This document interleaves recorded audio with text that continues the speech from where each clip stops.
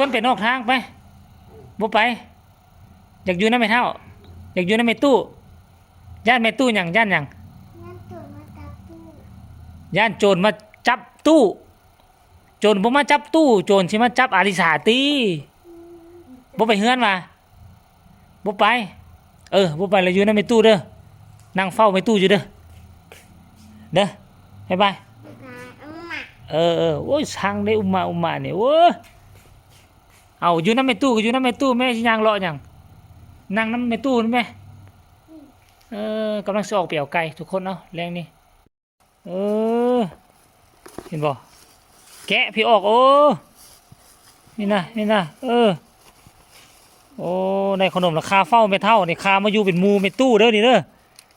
เจ้าพอเจ๊แม่ขอบเจ้าแม่ไปวันนี้ไปเฮือน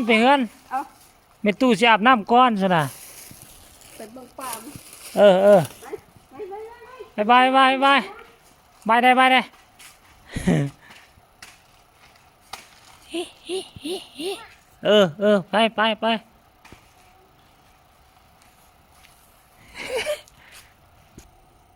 นี่ทุกคน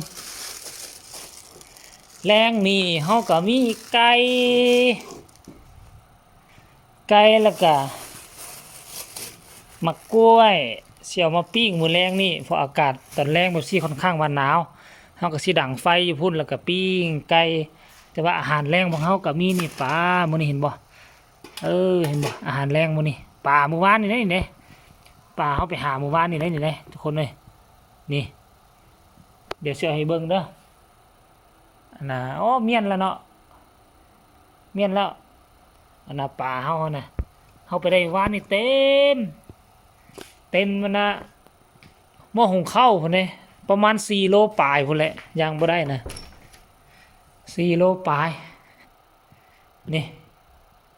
มาเบิ่งดูนี่อยู่นี่ประมาณ2โลกว่าๆมันนะอยู่นี่นะ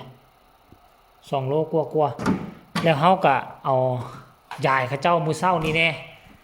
ยายเขาเจ้ามื้อเช้านี่เนาะอันเด็กน้อยวังกี้นี่ก็เป็นลูกหมู่ลูกกันนะลูกหมู่ของเมียอยู่มอกันนี่เรามาเฝ้าแม่ตู้ตลอดมาอยู่เป็นหมู่แม่ตู้สันดอกเอาเดี๋ยวสิไปพาทุกคนไปเบิ่งกบเลี้ยงตั้งแต่เดือน6เนาะเริ่มเลี้ยงเป็นเดือน5เดือน6ส่วนใหญ่ก็ขายได้แล้วก็กิน4เทื่อ5เทื่อก็เหลืออยู่นี่ประมาณ30ปลายโตนี่ทุกคนเห็นบ่นี่เฮาเอากบนาอันกบแม่นแล้วกบธรรมชาติไปใต้ได้2ตัวมาปล่อยไว้นี่เฮาก็มาปล่อยไว้นี่แหละ2ตัวแต่ว่าช่วงนี้มันก็บ่กินอาหารปานใดเพราะว่ามันยามหนาวมันจำศีลทุกคนนี่เอานี่แหละ